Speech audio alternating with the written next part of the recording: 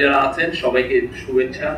এই বাংলা একাডেমি খুবই একটা পবিত্র জায়গা আমাদের বাংলাদেশিদের জন্য, বাংলা ভাষাভাষীদের জন্য।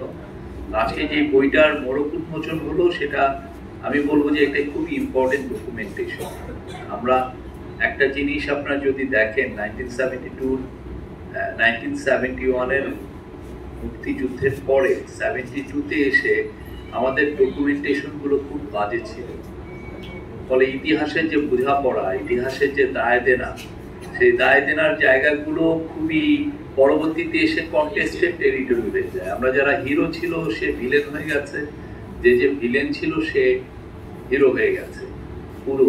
কারণ ওই সময় ডকুমেন্টেশন খুব খারাপ ছিল। আপনারা, আমি যারা জার্নালিজমের এখানে যারা আছেন, আমি তাদেরকে অনুরোধ করব 1972-এর বাংলাদেশের পত্রিকা, বাংলা পত্রিকাগুলো পড়বেন। খুবই দেখা গেল যে 1-2 মাস পরে, বাই 6 মান্থসের পরে কেউ আর 71-এ যে একটা মহৎ মুক্তিযুদ্ধ হচ্ছে কেউ আর ওর কথা বলছে না।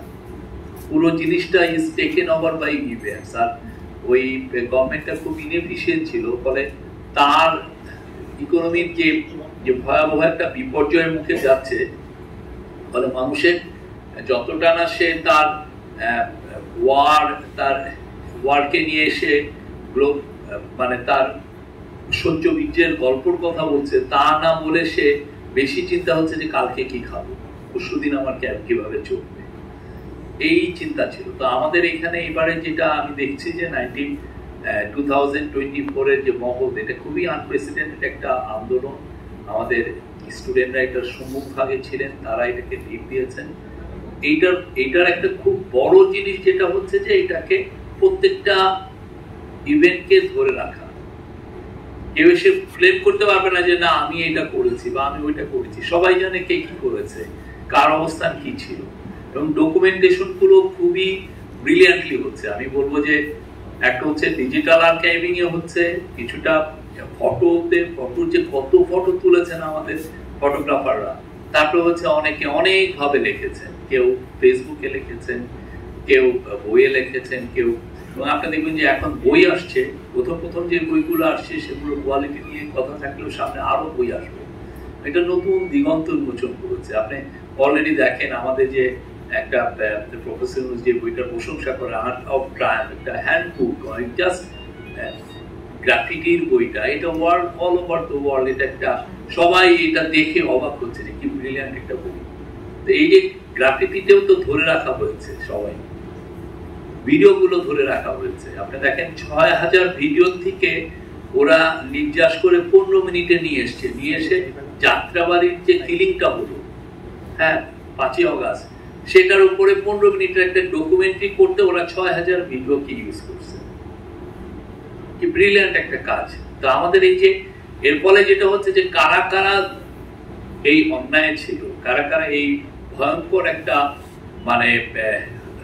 গণহত্যা আমাদের উপর চাপিয়ে দিল, সেগুলো কিন্তু খুব ওয়েল ডকুমেন্টেড। কেউ এসে বলবে যে না আমি ওখানে এর মধ্যে আমি ছিলাম না, আমি এখন সাধু, যেটা 1971-এর পরে যে ঘটনাগুলো ঘটেছে তো ডকুমেন্টেশন নাই, মানুষজন পার পেয়ে গেছে।